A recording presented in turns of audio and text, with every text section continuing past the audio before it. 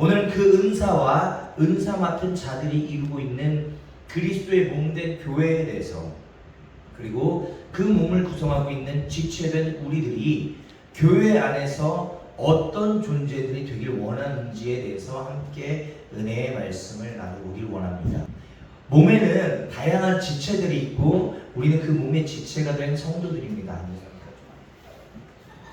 그리스도의 몸을 이룬 우리 지체들이 각자 맡은 자리를 잘 감당할 때 그리스도의 몸된 교회는 건강하게 움직여지는 것입니다. 그렇다면 오늘 우리에게 맡겨진 그리스도의 몸된 교회를 위해서 어떤 삶을 우리 성도들이 살아내야 할까요? 첫 번째, 우리는 그리스도 안에서 한 몸이 되었음을 기억하십시오.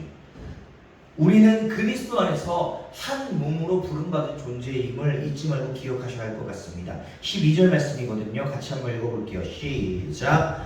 몸은 하나인데 많은 지체가 있고 몸의 지체가 많으나 한 몸인 것 같이 그리스도도 그러하니라. 아멘.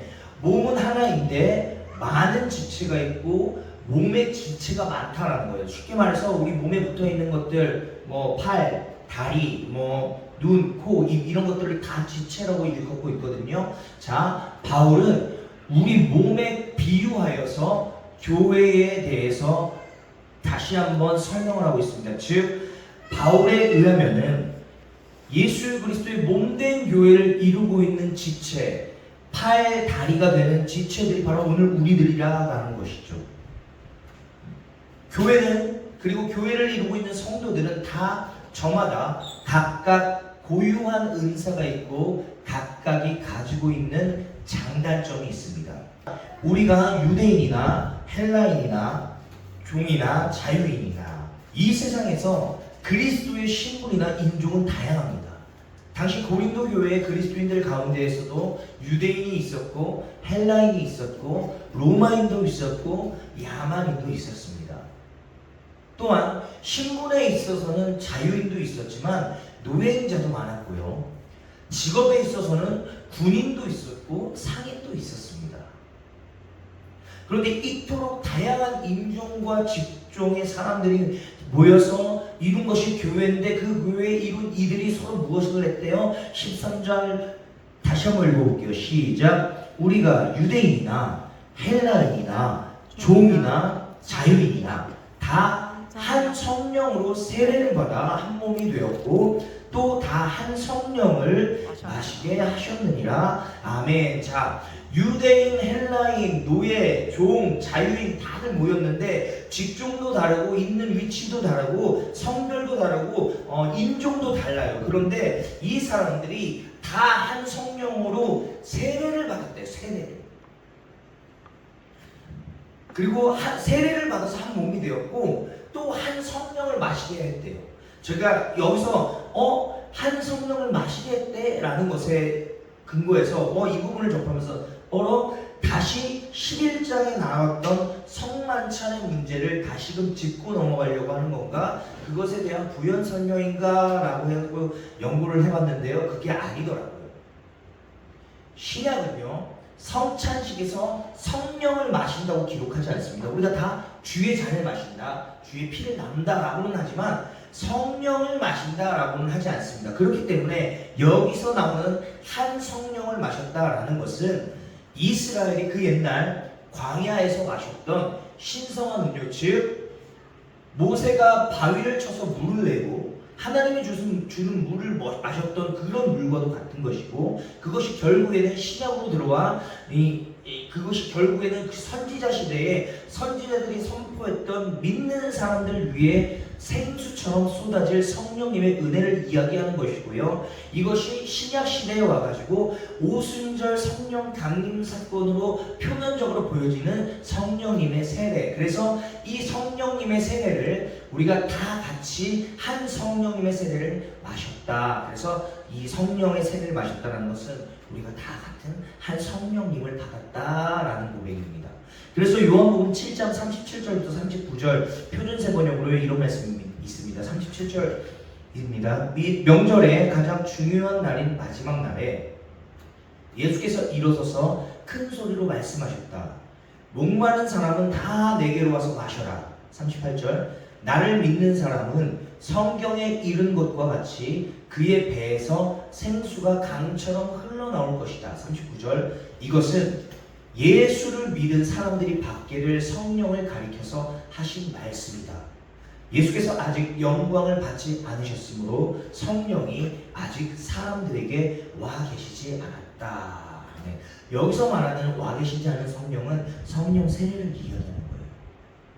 자, 당시 고린도 교회 성도들이 함께 교제하고 예배하며 주 안에서 한 성령을 경험했습니다. 그리고 이 한 성령을 경험함으로 해서 함께 같은 교회를 섬기며 함께 세례를 받고 교제를 했습니다. 즉, 주 안에서 한 몸이 되었다라는 거죠. 같은 장소에서 세례를 받고 같은 장소에서 예배를 하고 같은 장소에서 먹고 마셨다는 것, 같은 장소에서 이러한 사실, 이러한 것들을 경험했다는 것, 이건요 당시에 너무나도 중요한 센세이셔널한 그 기록이 되거든요. 너무나도 파격적인 거예요. 당시 고린도 교회가 가지고 있는 특수성 때문인데요. 당시 고린도 교회는 자, 여기에 들어있는 사람이 누구예요? 헬라인도 있고요, 로마인도 있어요. 자, 유대인들도 있어요. 그리고 자유인도 있어요. 종들도 있어요. 노예도 있고 상전들도 있는 거예요.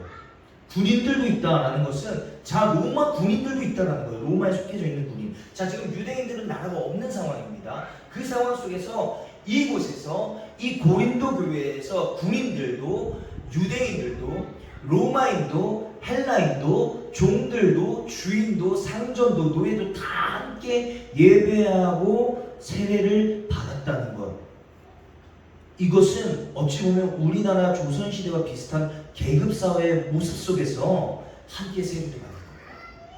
함께 한 장소에서 같은 상에서 먹고 마시며 같은 상에서 예배하고 같은 교회에서 이들이 서로 섬기고 서로를 위해 울고 웃고 교제하는 거예요. 계급의 구별이 없습니다. 인종의 구분이 없습니다. 직업의 차별이 없어요. 이것은 그야말로 이 시대 때에는 파격 그 자체다라는 거예요.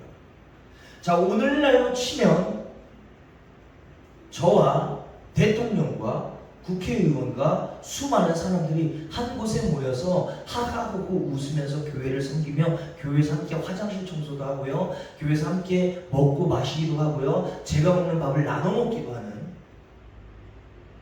오늘날에도 이런 상황이 쉽지 않은 상황인데요. 조선시대와 같던 그 당시에 로마시대에 유대인들, 헬라인들, 로마인들, 상전들, 노예들, 종들 다 함께 모여서 세례를 받고 떡을 떼며 교제하고 예배한다는 것, 그것이 교회인 겁니다. 그 사람들이 차별 없이, 구분 없이, 구별 없이 그곳에서 함께 교제하며 예배한다. 이것이 곧 오늘날 하나님께서 교회를 세우신 이유가 아닐까요? 사랑하는 행복누리 여러분, 교회란 하나님이 맞춰 나가시는 퍼즐과 같습니다. 우리 각은 하나님께서 가지고 계신 퍼즐 한 조각이에요. 이 퍼즐 한 조각만 보면 아무것도 아닌 것 같지만 이 모든 조각이 제자리에 맞춰질 때 비로소 하나님의 하나의 큰 그림이 되는 겁니다. 교회도 그렇습니다. 나 하나만 봐서는 작아 보일 수 있지만 하나님이 맞추시는 퍼즐 속에서 우리는 모두 단 한 명도 예외 없이 없어서는 안 될 부분들입니다. 그렇기 때문에 교회 안에서는 유대인이나 헬라인이나 종이나 자유인이나 모두가 다 한 몸이 되어줘야 하는 것입니다.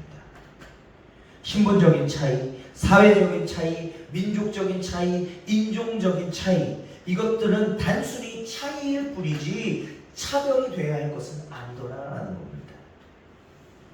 교회는 그 차이를 극복하며 혹은 그 차이를 인정하며 함께 나아갈 뿐이죠. 하나님이 맞추시는 퍼즐 조각들이 되어서 그 차이를 인정하고 차별 없이 맞춰가시는 그 하나님의 손에 맡겨져서 하나씩 하나씩 하나님의 퍼즐 조각들이 맞춰지는 것입니다. 그것이 곧 하나님께서 오늘날 우리에게 원하시는 교회의 모습일 것입니다. 저는 우리 행복누리 교회 역시 다양한 사람들이 모인 공동체가 되기를 소망합니다. 그러나 그 다양함이 다툼이나 파벌의 근거가 되기보다는 오히려 그렇기 때문에 더 서로를 인정하고 서로를 배려하고 극복하며 먼저는 그리스도의 지체된 자들이 차이를 넘어 한 몸이 되어서 하나님의 퍼즐을 맞춰 나가시기를 주님의 마음으로 부탁을 드립니다. 그래서 여러분들은 하나님의 손에 있는 그 퍼즐 한 조각들이에요. 너무나도 귀하다는 겁니다. 어떤 삶을 살아내야 할까? 첫 번째, 우리는 그리스도 안에서 한 몸이었음을 기억하시라라는 말입니다. 그리고 두 번째, 우리는 어떻게 이 몸된 교회를 이뤄나가야 할까요? 두 번째, 이것을 기억하셔야 됩니다. 당신이 있을 때 우리는 한 몸을 이룰 수 있습니다. 여러분이 계실 때 또 제가 있을 때야 우리는 한 몸을 이룰 수 있다는 겁니다. 14절이거든요. 몸은 한 지체뿐만 아니요 여럿이니. 아멘. 자, 몸을 이루고 있는 지체는 하나가 아니고 여럿임을 밝히고 있습니다. 이러한 지체들이 유기적으로 자신들이 맡은 역할을 잘 감당해내야만 그 몸이 건강한 거예요. 팔이 팔의 역할을 해야 되고요. 다리가 다리의 역할을 해야 되고요. 눈이 눈의 역할을 해야 되고 입이 입의 역할을 해야 돼요. 이것들이 하나라도 고장이 나면요. 몸이 고장나는 거예요. 자, 이런 것들이 다 유기적으로 종합적으로 조화를 이루며 살아가야 되고 자신들이 맡은 역할을 다 감당해 줘야 되는데 그래야 그 몸이 건강한 몸이 될 것인데 보십시오. 15절부터 16절까지입니다. 같이 한번 읽어볼게요. 시작. 만일 발이 이르되 나는 손이 아니니 몸에 붙지 아니하였다 할지라도 이로써 몸에 붙지 아니한 것이 아니요 또 귀가 이르되 나는 눈이 아니니 몸에 붙지 아니하였다 할지라도 이로써 몸에 붙지 아니한 것이 아니니. 아멘. 자, 15절에 나와 있는 발과 손, 이거는요 우리의 몸 가운데 가장 활발한 활동을 하고 있는 지체고요. 16절에 있는 귀와 눈은요 우리의 몸 가운데 가장 많은 정보를 수집하는 지체입니다. 그런데 이들이 지금 뭐라고 해요? 나는 몸에 붙어있지 않는 것과 다름이 없어 라고 고백하는 거예요. 눈이 얘기하는 거예요. 귀가 얘기하는 거예요. 이 정보를 감당하는 이 체계들이, 이 지체들이 손과 발을 보면서 나는 손과 발처럼 활동적으로 많은 활동량을 가지고 움직이지 않는구나.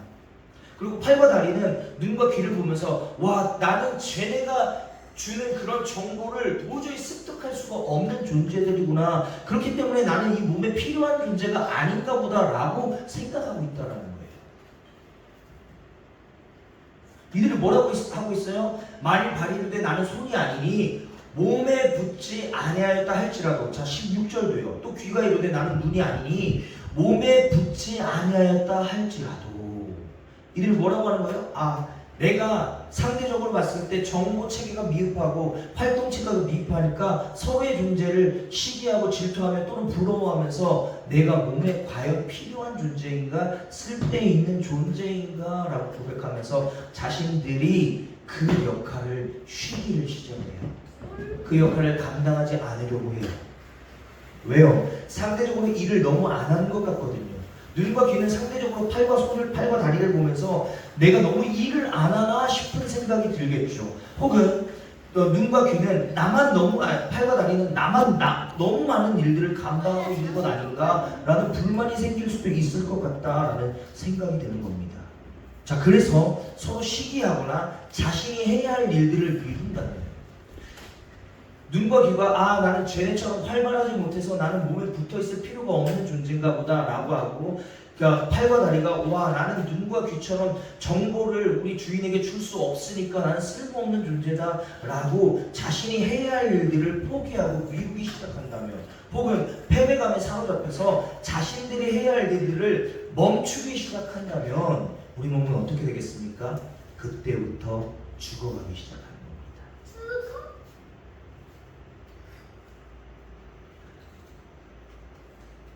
중요한 것은 이 15절, 16절이 나온 배경이 있다라는 거예요. 계속 나누고 있는 것처럼 당시 고린도 교회는 은사가 많은 교회였습니다. 그래서 어쩌면 뭇 성도들이 혹은 다른 교회들이 굉장히 부러워했을 수도 있었을 것 같아요. 고린도 교회 갔더니 방언하죠, 통역하죠, 예언하죠, 병 고치죠, 막 이런 은사들이 막 펼쳐지고 있어요. 그러니까 타 교회에서 가면 오늘날로 보는 거예요. 타 교회에서 저쪽 교회 가면 와, 저 교회 진짜 대단하다, 부러워지는 거예요. 그리고 뭇 성도들이 봤을 때 와, 저 성도들은 얼마나 기도를 하면 좋을까, 정말 저 교회는 능력 있는 교회다라고 칭찬받는 교회였을 거라는 거예요. 굉장히 부러워했을 수도 있을 것 같다라는 거죠. 그런데 그 은사들 때문에 내부에 균열이 생기기 시작한 겁니다. 고린도 교회를 외부에서 바라보는 사람들은 부러워할지 몰라도 내부에 있으면 분명히 그러한 특별한 은사를 소유하지 못한 자들이 있겠죠. 그 사람들이 어떻게 여기겠어요? 낙심하고. 그 은사를 체험하지 못하는 것이 마치 공동체의 일원이 아닌 것처럼 여기진 분위기가 조성이 되었을 겁니다. 마치 오늘날 어느 교단에서는 방언의 은사를 경험하지 못하면요, 예수님을 인격적으로 만나지 못했다라고 여기는 교단이 있더라고요. 자, 그 교단이 이단은 아니지만 하여튼 그런 교단에서는 방언의 은사를 받지 못했으면 예수님을 인격적으로 만나지 못한 것처럼 여기는 그런 분위기가 있었습니다. 그래서 어떤 유명한 목사님이 그 교단의 사역, 부교육자로 사역을 갔는데 어떤 권사님이 얘기하더래요. 아, 목사님 방언은 하시나요? 아, 제가 방언의 은사를 아직 못 받은 것 같습니다. 그랬더니 약간 자신을 부교육자 보듯이 보는 게 아니고 약간 밑으로 보는 그런 시선 있잖아요. 그래서 그 시선 때문에 화가 나는 거죠. 그런데 어느 날 기도하다가 이 사역자분도 좀 약간 무시당하는 게 싫은 거야. 그래서 그냥 공예배에서 사도신경 주기도문을 원어로 외웠대요. 원어로 외워가지고 막 기도하면서 했대요. 그랬더니 그 권사님이 오시더니 전도사님, 야, 방언의 기둥척을 받았습니다. 하나님이 당신을 되게 사랑하신다고 하시네요. 본인이 통역의 은사가 있는 사람인가 봐요. 그런데 그 통역을 잘못했어. 이 사람은 지금 기도하면서 뭐라고 있어? 주기도문이랑 사도신경을 원어로 하고 있는 거예요. 히브리어 혹은 헬라어로 했겠죠. 이 사역자분은 그냥 그 공예배에서 막 기도하는데 그래 들어봐라, 얘다 먹어라 하고 막 이제 히브리어 헬라어를 하는 거지. 근데 권사님이 히브리어 헬라어를 알 리가 없잖아요. 그러니까 권사님이 다 끝나고 와, 우리 전사님 기도 열심히 하신다고 합니다. 와, 내가 그 방언을 들으니 하나님이 너무 당신을 사랑한다고 하고 이분은 속으로 너무 속상했대요. 우리나라에 이런 잘못된 은사론자들이 너무나도 많구나. 그래서 그 다음에 그분은 방언과 그런 걸 소망하지 않았다고 합니다. 자, 딴 길로 좀 샜는데요. 자, 중요한 거는 이러한 생각이 들겠죠. 다 거의 대다수가 막 방언하고 통변하고 예언하고 병 고치고 막 고린도 교회 내에 그런 은사가 막 다분하고 막 병 고침이 일어나고 귀신 쫓는 은사들이 막 그 교회에서 일어나는 거지. 그런데 중요한 걸 놓치고 있는 게 뭐예요? 자, 그 중에 소수들, 어쩌면 그 은사를 경험하지 못한 사람들은 와, 나는 여기 고린도 교회에 소속돼서는 안 되는 사람이 아닌가 낙심하고 패배감에 사로잡히기 시작하더라는 거예요. 그랬을 때 우리 역시 어떤 생각이 들까요? 내가 정말로 주님을 만나지 못한 것일까? 내가 기도가 많이 부족한가? 내 신앙이 변변치 못해서 그런 건가? 나 신앙생활 제대로 하는 거 맞는 건가? 이러면서 만약 신앙생활에 회의감을 느끼고 영적인 무기력에 빠져버린다면 그것은요, 그 은사를 받지 아니하니만 사용하지 아니하니만 못하다라는 겁니다. 그것은 그렇게 상처를 받는 사람도 그렇게 상처를 주는 사람도 모두가 다 그리스도의 몸된 교회를 병들게 하는 거예요. 죽어가게 하는 거예요. 왜? 지금 지체 중에 하나가 포기하려고 해요. 몸을 이루고 있는 지체가 나는 방언의 은사가 없고 나는 이런 은사가 없으니까 나는 이 교회에 속할 수 없나 봐. 그래서 조금씩 멀어지기 시작하고 병이 나기 시작하고 자신이 해야 할 일들을 포기하기 시작하는 거예요. 병들어가는 겁니다. 죽어가는 거예요.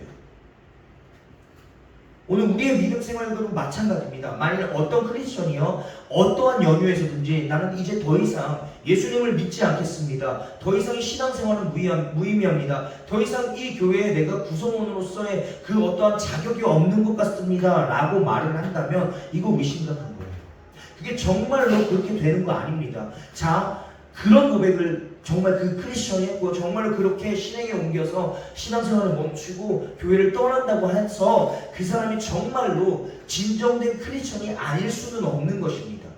그러나 중요한 것은 그러한 분위기가 조성이 된 거에 어떠한 일만의 책임은 우리 교회 구성원들에게 있다라는 거예요. 이것은 내 감각이나 경험이 아닌 성경에 기록된 영원히 변치 않을 약속이자 언약입니다. 그 지체가 아무리 상처를 받고 떠나버린다 할지라도 그 사람을 하나님이 놓을 수 없어요. 끝까지 끌고 가셔야 돼요. 그래서 로마서 8장 38절에서 39절이 이런 말씀이 있는 것 아닙니까? 내가 확신하노니 사망이나 생명이나 천사들이나 권세자들이나 현재인이나 장래인이나 능력이나 높음이나 깊음이나 다른 어떤 피조물이라도 우리 주 그리스도 예수 안에 있는 하나님의 사랑에서 끊을 수 없으리라. 아멘. 이런 상황들, 이렇게 떠나고자 하는 그 지체들의 소식을 듣는 그 바울이 너무나도 안타까워서 이 사도 바울도 오늘 본문 말씀에서 이렇게 고백하고 있는 것 아니겠습니까? 17절이요. 만일 온몸이 눈이면 듣는 곳은 어디며 온몸이 듣는 곳이면 냄새 맡는 곳은 어디냐라는 거예요. 다 예언하고 다 방언하고 다 통변하면 정말로 대접하는 은사, 가르치는 은사, 정말로 그 겸손한 은사, 그 사랑의 은사, 중보기도의 은사를 가진 사람들이 설 곳은 어디냐라는 거예요. 네, 몸은요 보는 곳, 듣는 곳, 냄새 맡는 곳 등 다양한 지체를 가지고 상호 보완적 기능을 담당해야 합니다. 그때야 비로소 몸이라 할 수 있을 것입니다. 그렇다고 눈과 코와 팔과 다리가 서로를 부러워하거나 서로를 시기하거나 질투하면서 그렇게 살아갈 필요가 없다는 거예요. 이것은 은사적인 측면에서 보자면요, 모든 그리스도인들이 다 예언만 말한다면 능력을 행하고 영을 분별하고 병을 고치는 여타의 다른 그리스도교적 활동은 어떻게 될 것인가 하는 겁니다. 물론 여기서 능력 행함, 영 분별, 병 고치는 은사 등등 다 능력 행함의 은사라고 하죠. 그러면 그 능력 하면은 우리 눈에 보이는 어떻게 보면 영적인 은사라고 그냥 치부해 줘버리자고. 그런데 만약에 대접하는 은사, 중보기도의 은사, 눈물로써 그저 기도의 자리를 감당하는 은사자들, 그 사람들이 설 곳이 어디 있냐라는 거예요. 다 그 병고침, 방언, 예언, 통역 이런 거를 부러워하면 당신들이 받은 은사가 설 곳이 어디 있냐라는 겁니다. 저마다 있는 위치가 다르고 맡은 역할이 다르듯 은사 역시 성도들 역시 다 생김새와 가진 장단점들이 다를 것입니다. 그렇게 남들이 가지고 있는 은사 역시 시기할 필요도, 제발 부러워할 필요도 없다라는 거예요. 몸이 온전하기 위해서는요, 한 가지 지체만 있어서는 안 됩니다. 여러 지체가 있어야 되고 이 지체들이 각자 맡은 역할을 잘 수행해야 하는 것입니다. 자, 제가 크게 팔, 다리, 눈, 코, 입만 얘기했어요. 자, 근데 팔에는 뭐가 있어요? 손이 있어요. 손에 뭐가 있어요? 손가락이 있어요. 손가락에 뭐가 있어요? 손톱이 있어요. 다리에 뭐가 있어요? 종아리가 있어요.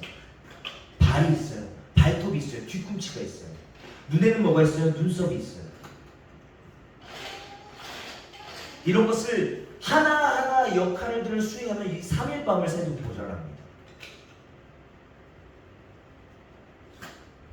팔, 다리, 눈, 코, 입이 큰 지체라고 한다면 그곳에 딸린 지체도 있습니다. 손가락, 손톱, 발가락, 발톱, 엉덩이, 눈, 코, 입, 눈에 눈썹, 눈알, 귀에 귓바퀴, 코에 콧구멍, 입에 이빨, 너무나도 많다는 거예요. 여기 하나라도 고장난다면 그 몸은 죽어야 됩니다.